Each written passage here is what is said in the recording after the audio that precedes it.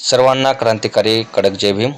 तर आज आपण डॉक्टर बाबासाहेब आंबेडकर यांच्या खडतर प्रवासाची प्रेरणादायी गोष्ट आज आपण बघणार आहोत।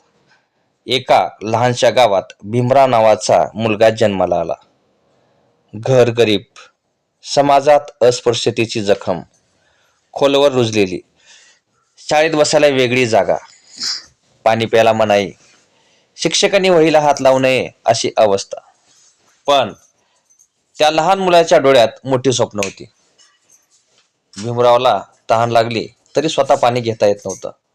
वर्गात हुशार असूनही अपमान सहन करावा लागायचा, तरी त्यांनी हार मानली नाही। शिका, संघटित व्हा आणि संघर्ष करा हा मंत्र त्यांनी स्वतःच्या आयुष्यामध्ये उतरवला। कष्ट, अभ्यास आणि जिद्दीच्या जोरावर ते परदेशात गेले। Columbia university, London school of economics सारख्या मोठ्या संस्थानातून शिक्षण घेतले।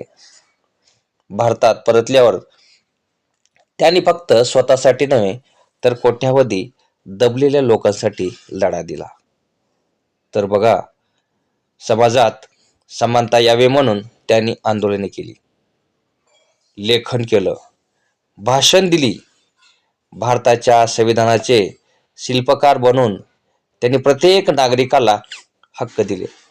आपण आज जे स्वातंत्र्य, समानता आणि न्याय अनुभवतो त्यामागे फक्त बाबासाहेबांच्या खडतर प्रवासाचा मोठा वाटा आहे। तर मित्रांनो, ही कहाणी कशी वाटली? कहाणी आवडली तर लाईक करा आणि चॅनलला सबस्क्राईब करा। धन्यवाद।